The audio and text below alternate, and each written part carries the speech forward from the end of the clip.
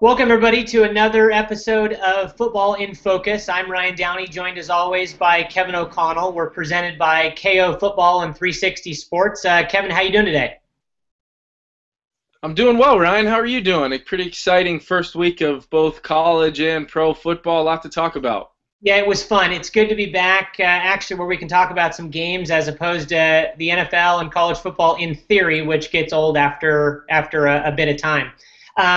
I'd be remiss if I didn't want to talk about this Ray Rice incident, topic, suspension, contract termination by the Baltimore Ravens right off the bat. Do you have any kind of initial thoughts? I woke up this morning seeing the video, kind of reliving that from a couple of months ago, sick to my stomach.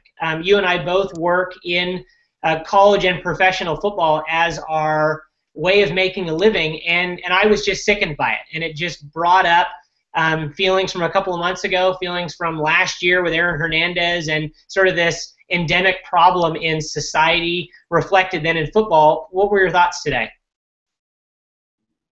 I think more so than anything, just we knew the video existed and just kind of didn't expect to see what we saw. You know, a lot of times, and a lot of people were so quick to fire off questions of what provoked Ray Rice. He's never done anything like this before. It had to be something that his fiance did to provoke him. And my initial thoughts were out of some genuine frustration towards those folks who were doing that in his defense, just because I was so shocked that he would ever strike a woman in the first place. And obviously the video we saw of him pulling her out of the elevator was enough originally that it was very much frightening to finally put all the pieces together and see the whole video. And I just was taken back by it. And I think that it made me think of two things. A, that the Ravens needed to act knowing that the CBA limited the league from doing much more as far as suspending him more than they did the original 2 games. And I think they deserve, I don't want to say credit, because I have a problem with the other aspect of this. Knowing how strong the NFL is all around the world and their security departments, they reach well into multiple aspects of society and into government, knowing some of the people the way I do.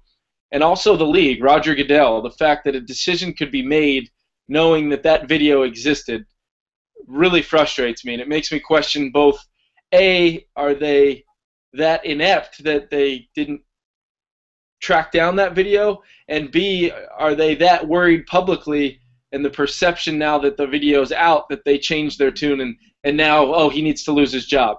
I think that this decision needed to be made a long time ago, and you don't make the original suspension decision without gathering all the facts and obviously doing your due diligence like they did with Jim Irsay, allowing him to go 6 to 8 months from the time he got the DUI until they finally, waged their sanctions against him. But I think it was commendable that the Ravens released Ray Rice. I think it was the right move. I don't expect him to ever have a job in the NFL ever again. And I just have questions now about the process that took place leading up till today. Yeah, I think that's fair. I have a difficult time believing the NFL released a statement today saying that this is the first time anybody in their office had seen this kind of extended video that TMZ got their hands on. Sort of an interesting story. Kyle Bosworth, we had on as a guest a while back, has, I'm not going to say who, but there is a connection to somebody that works at TMZ. And the video came out today when I guess an executive of that hotel that was going, or that casino that was going out of business, sold that video to TMZ, I think sometime in the last 24 hours for $100,000, sort of on his way out of the building. So that video only became public really because TMZ bought it. I find a couple of things hard to believe. With the NFL's connections with security personnel, the police around the country, I find it very difficult to believe the NFL hadn't seen that first part of the video until this morning. And I find it very difficult to believe that the NFL, why they weren't bidders to get that video as well, so they had all the pertinent information at their disposal. I just think it's a black mark on the league. I hope you're right that Ray Rice won't ever play again, but I sort of doubt that. I think we've seen reclamation projects before with Michael Vick and a number of other players. I'm not so sure about that. I think that would be an appropriate move by the NFL and their member teams, but I'm not sure I think that's going to be the case.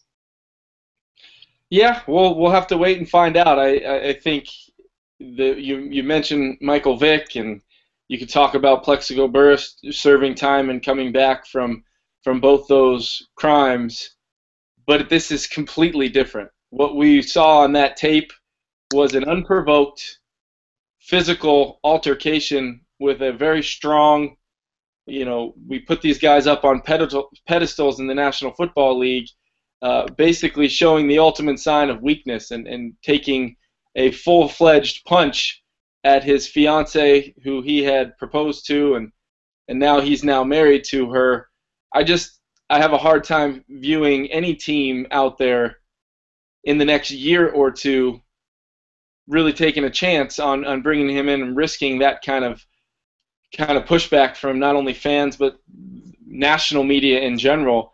We'll keep our eyes out on that, but I think the Ravens acted today swiftly, but I hope it was swiftly. I hope they saw this for the first time today. I hope Roger Goodell woke up to that video like we all did, because if he didn't, and it ever comes out that he had the ability to look at that video, or even the ability to track down the video and didn't, I think there's going to be some major repercussions from that, and I think the owners would be really doing the wrong thing if they didn't kind of search out that information right now, because that information has to be out there. You mentioned the security departments, former FBI agents, former police chiefs and captains that can find out the information, and if this isn't going to be a crime prosecuted in the court of law, that at some point that information should become available to those types of folks, and that'll be definitely something to keep an eye on. But it's definitely a big day. It sets a huge precedent in the NFL, and the fact that TMZ had to be the one to get that information and get that videotape. We've seen Deadspin do some of those things. Why does it have to be those kind of the same websites that report, trashy things about celebrities and those things? They do their job as reporters and investigative journalists. I understand that, but why can't it be the teams? Why can't it be the almighty shield tracking down that information and just doing what's right? I agree with you. It's a problem, and this is a financially driven league. These are financially driven decisions. Ray Rice was 28th in the NFL in jersey sales in 2013. If this was a down-the-roster player, it's a different story. He's no longer on a team a couple of months ago when this comes to light, and it's just unfortunate that business decisions are dictating how the Ravens and the NFL have acted to date. I don't want to harp on it any further than that, but I think you're right. I think we all hope that this is the end for Ray Rice and the NFL, and I think that'd be a statement in and of itself if that's the case. Great college weekend. I know you had a game. You did the Army game early Saturday morning. We had a bunch of games later on in the day that I think had national ramifications. First, how was your game Saturday morning? It was awesome. We did the home opener there. Buffalo traveled to Army. New coach there, Jeff Monken at Army. Really didn't know what we were going to see from this team. We didn't know if we'd see just the standard triple option. We didn't know defensively what they were going to do. I had done my due diligence in preparation, but once the ball got kicked off, we learned a lot about that Army football team. We learned that their defense would be much improved. They've got two, I don't know if I would say next level. They definitely have one next level type talent, and from Army, that's saying something. And Josh Jenkins, a corner, had 2 interceptions in the game that really were interceptions that translate to the next level, breaking on the football, making big-time plays. Offensively, about what we expected from the running backs position, 4 or 5 guys all scoring touchdowns. But the biggest surprise was the offensive line and the quarterback. Offensive line being able to dominate a Buffalo defensive line that has some very talented players. They have a nose tackle over 300 pounds that had 7 tackles for loss in the previous week, and they were able to contain him, and not only contain him, but win those matchups up front. We talked a lot about in the open about the changes that Army has made to their offseason program, kind of flip-flopping the schedule so that those guys don't enter training camp depleted.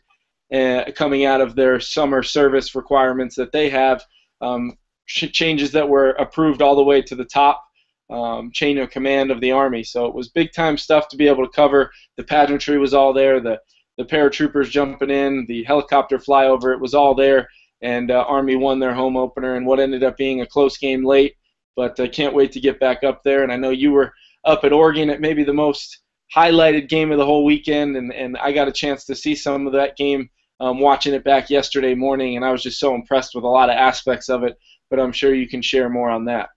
It was interesting. Autzen Stadium is great. It is a great environment. It is a passionate fan base. There are probably as many people outside the stadium that can't get tickets that remain tailgating as make it into the stadium.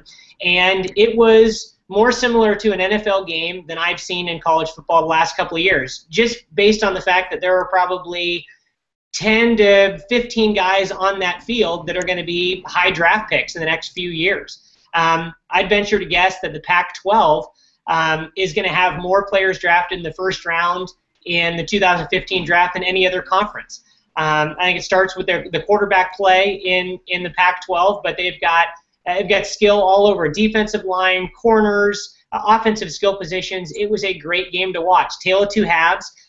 Michigan State basically did everything that they wanted to do. Connor Cook basically did everything he wanted to do, took chances, took some shots. They were balanced on offense the entire first half. Different story in the second half when I think Oregon's speed, athleticism, and sort of just relentless pressure and tempo really got to Michigan State and exposed some weaknesses and really sort of got to them. But it was a fantastic college football game, and I enjoyed every minute of it. I know you've worked with Connor Cook in the past, and I know he's a guy with next-level ability. Obviously, Marcus Mariota. What did you see from the quarterback play in that game, the limited amount you could see? I saw two guys that are going to be NFL quarterbacks and NFL franchise possibly caliber quarterbacks.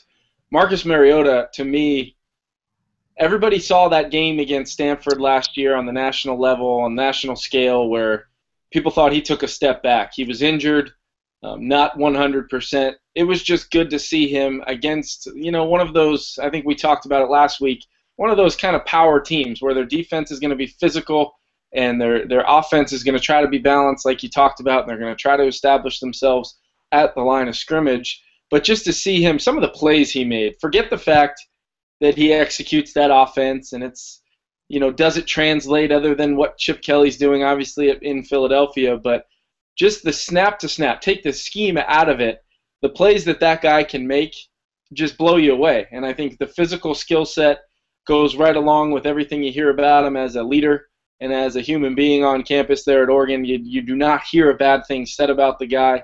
I think he very well, through the first 2 weeks of the season, and as we move into the Pac-12 schedule, is playing himself right into the discussion to be the first overall quarterback taken, maybe the first overall pick in the 2015 NFL draft, and I would not be surprised one bit.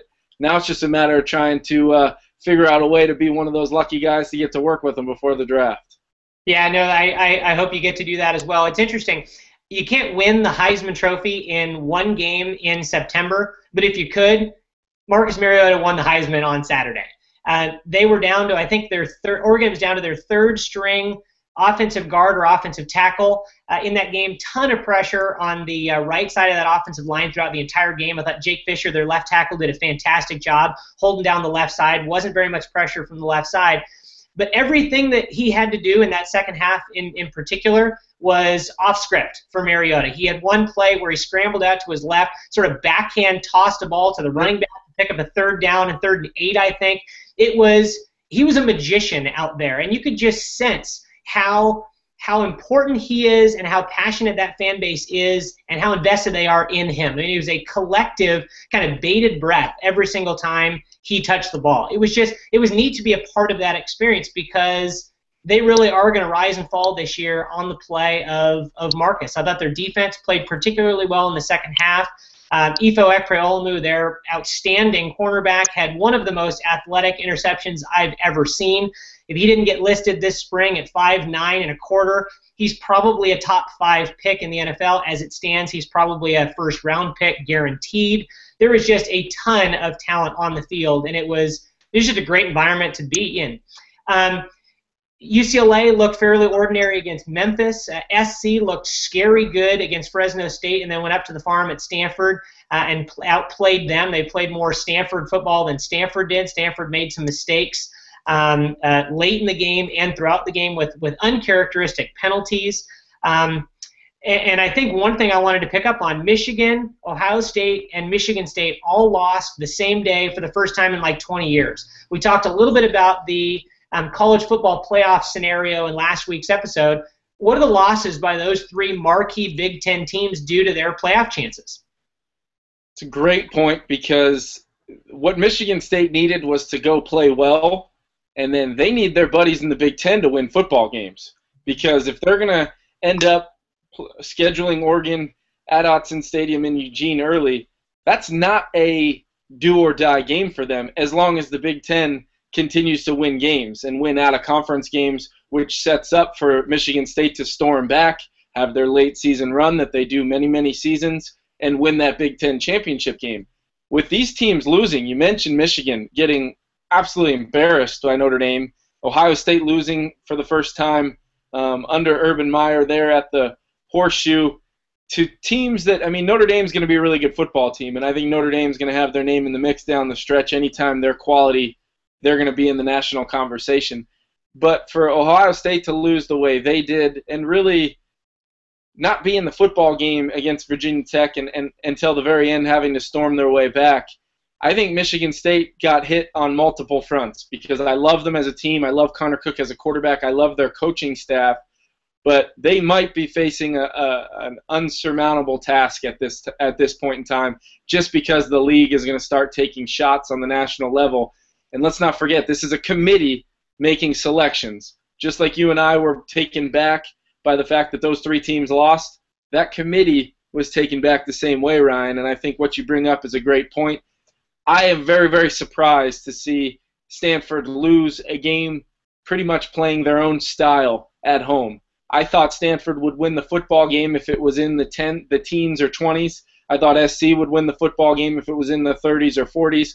I was wrong, and Stanford got USC, or maybe even more importantly, USC was willing to play that Stanford style and beat them at their own game. I know there were some penalties and some kind of controversy there, but if I'm Oregon and I take a look at that tape, I'm a little frightened, because the week before USC sets the Pac-12 record for plays in a game with 106, and then the next week they completely change their stripes and turn into a Stanford-esque power-type football team. They don't try to do too much, and they just beat you at your own game.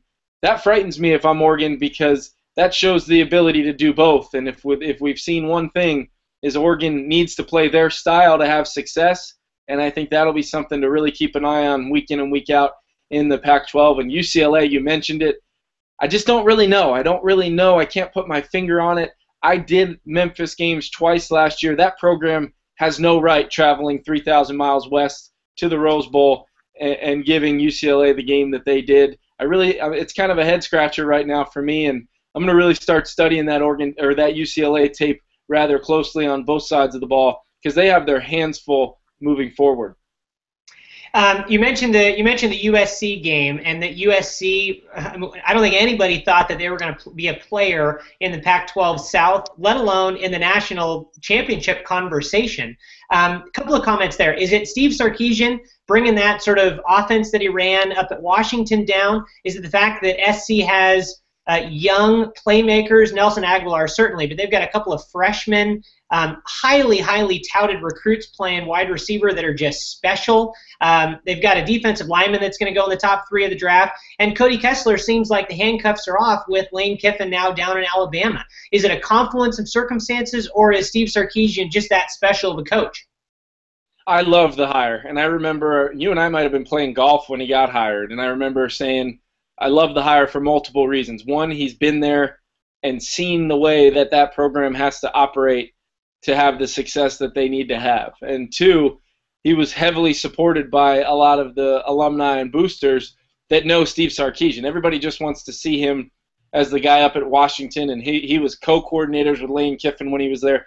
Let's drop that whole speak right now. I have personal knowledge and relationships up at SC, and guys that played for Coach Sarkisian that said he was putting together the game plans. He was dialing up the plays when they had the Reggie Bushes of the world and the Mark Sanchez's and the Matt Leinerts and the Mike Williams and all these offenses that we remember. That was Steve Sarkisian doing a lot of that game planning and preparation work at that time. With all that being said, I've been blown away by his ability to not only install some of those up-tempo kind of spread fundamentals that he had up at Washington, but also incorporating the core values of a USC football team, both offensively and defensively. I think what he's doing is special, and knowing the way he recruits, Jim Moore at UCLA, obviously Oregon, Stanford, you better take notice because they might be on their way back to being the USC that we all remember. If USC is as good as advertised in the first couple of games, I'm more and more confident that the Pac-12 is 1A and not just 1B with the SEC. I just think that the conference as a whole, top to bottom, is really special, and I think they're going to be fun to watch throughout the whole year. Do you have a problem with what Pat Hayden did as not only the athletic director at SC, but also a member of the board that's going to select our 4 playoff teams for this new playoff system, coming down on the sidelines and having at it with the referees in the midst of a game? Absolutely. 100% cannot happen. I am of the firm belief that when you hire a football coach, you hire a football coach. And on game day, those individuals are the ones that need to be in the spotlight. They need to be held accountable for their decisions of what they do with their football team. They need to be held accountable for their actions on the sideline. And I firmly believe that the athletic directors are better off seen sitting up in their booths or down on the sidelines, better off seen than heard. And having that happen and come down and become a part of that football game really can't happen for any athletic director, never mind one of the precious few that are a part of the college football bowl selection or championship playoff selection committee for this year. You don't see Oliver Luck doing that at West Virginia. You don't see some of the other athletic directors or former coaches, Tom Osborne's, the Barry Alvarez's. You don't really see them right now, and especially because not only are they watching and representing their own schools,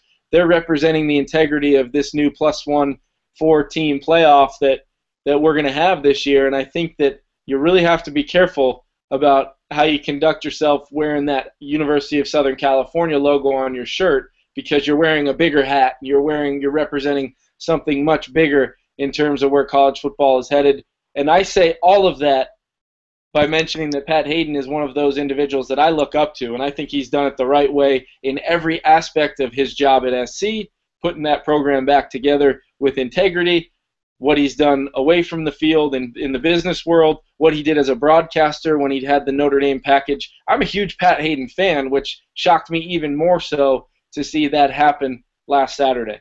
And I think that's where I was going with that, because he was such an important hire for that university when they went through the turmoil with Lane Kiffin, following Pete Carroll leaving for Seattle, the Reggie Bush stuff. There was just nonsense run amok at SC, and I think Pat Hayden was that kind of captain that was the perfect hire for that athletic program to kind of steer the ship in the right direction.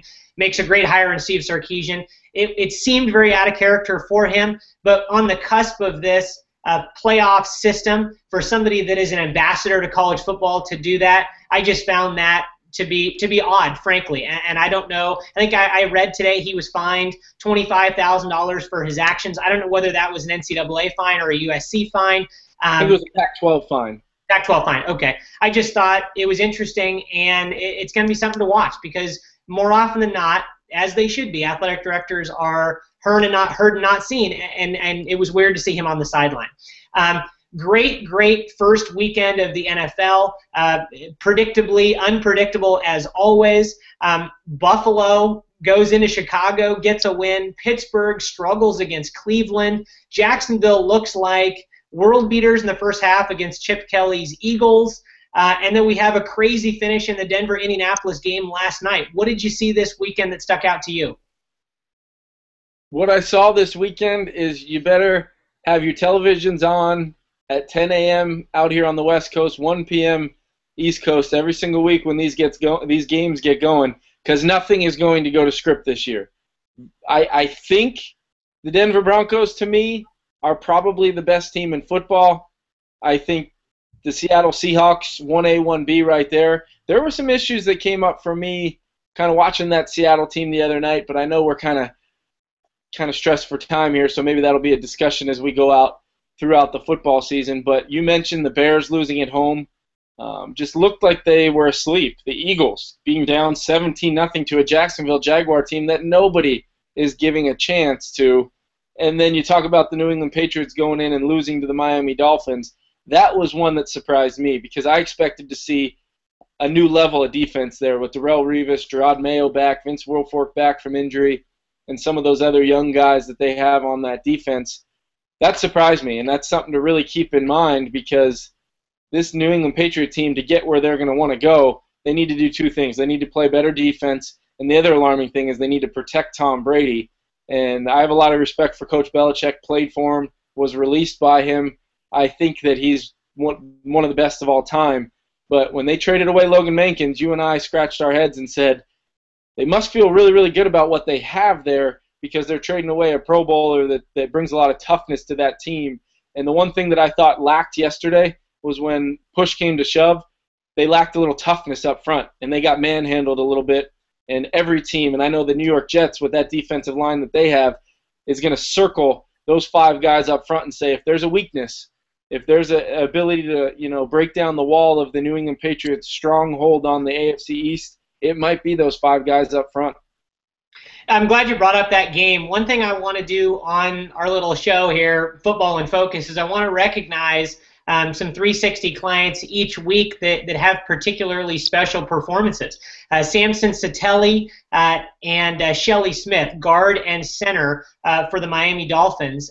Two offseason acquisitions as Philbin and the Miami Dolphins try to revamp that offensive line after the Jonathan Martin, Richie Incognito disaster of 2013. Had a phenomenal game.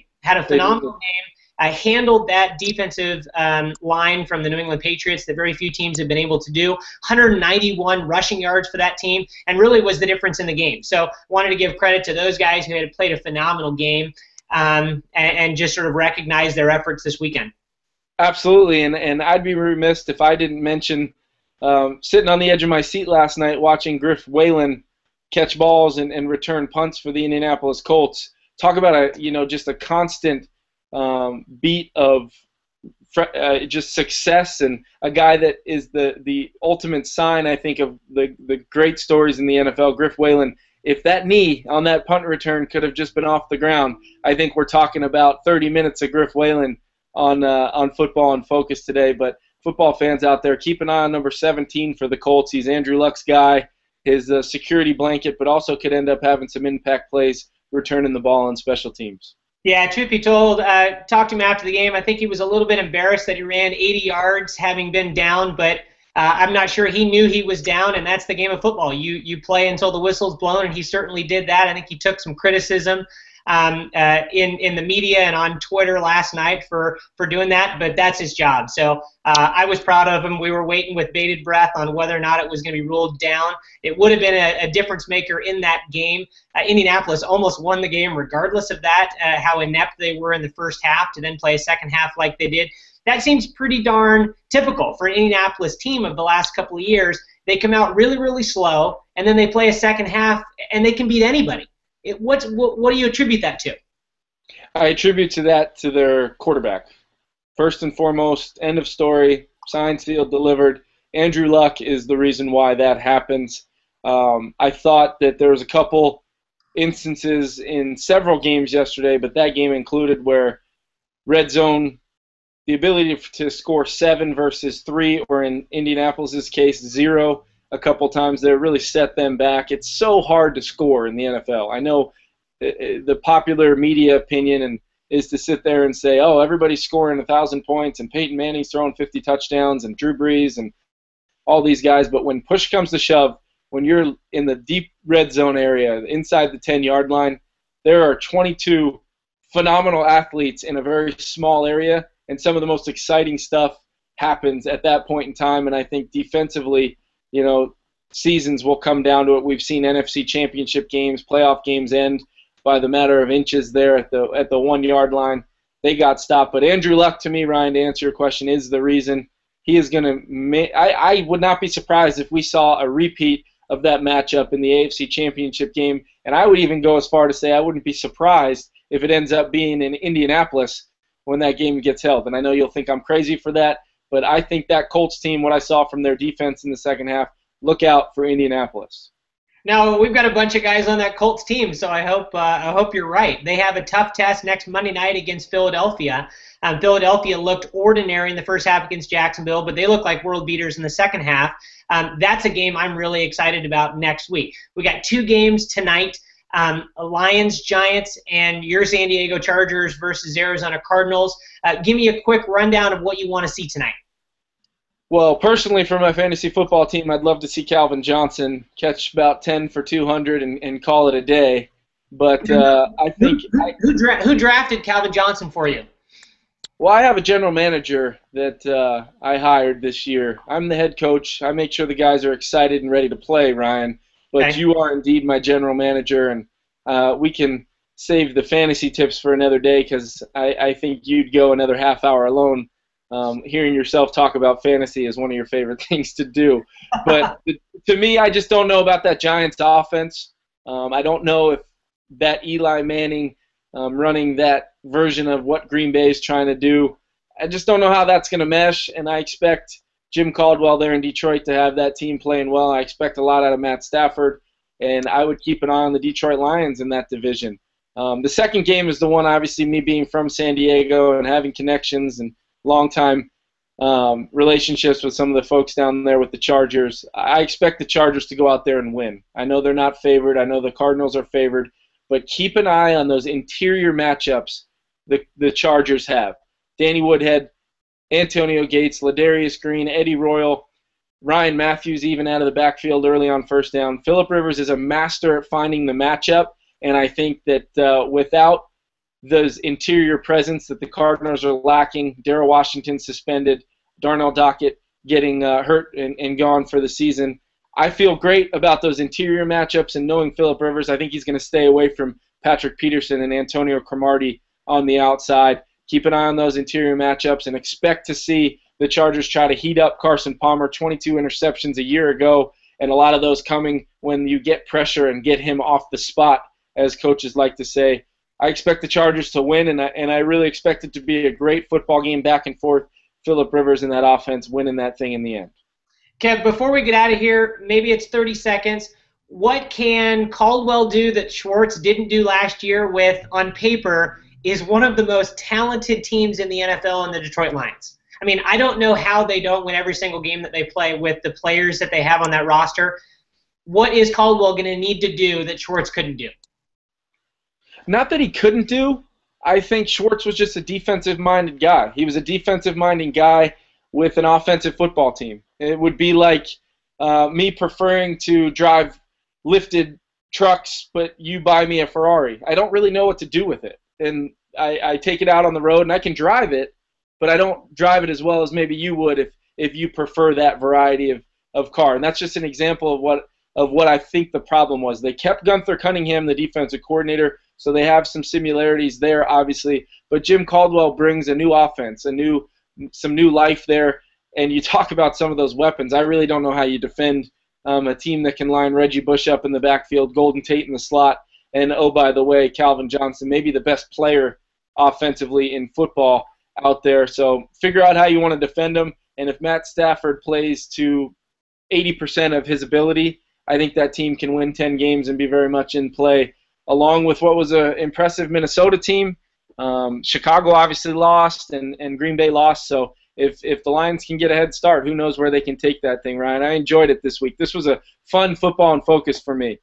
No, I thought it was great. I'm really looking forward to this the rest of the season. Again, it's every single Monday, 2 o'clock Pacific, 5 o'clock Eastern. Hopefully more than 6 people will watch next week, where you can talk about actually you owning a Volkswagen Beetle instead of the Ferrari in the truck that you purported to in your little analogy there. But no, I appreciate your time. That was super fun, and I'm going to enjoy this the rest of the season.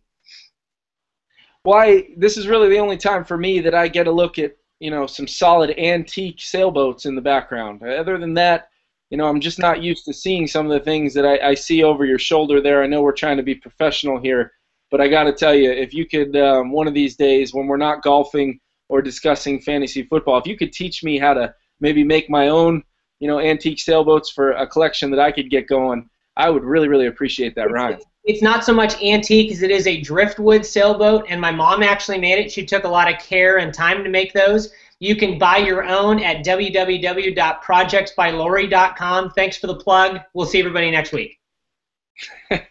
Thanks, Ryan. Look forward to it.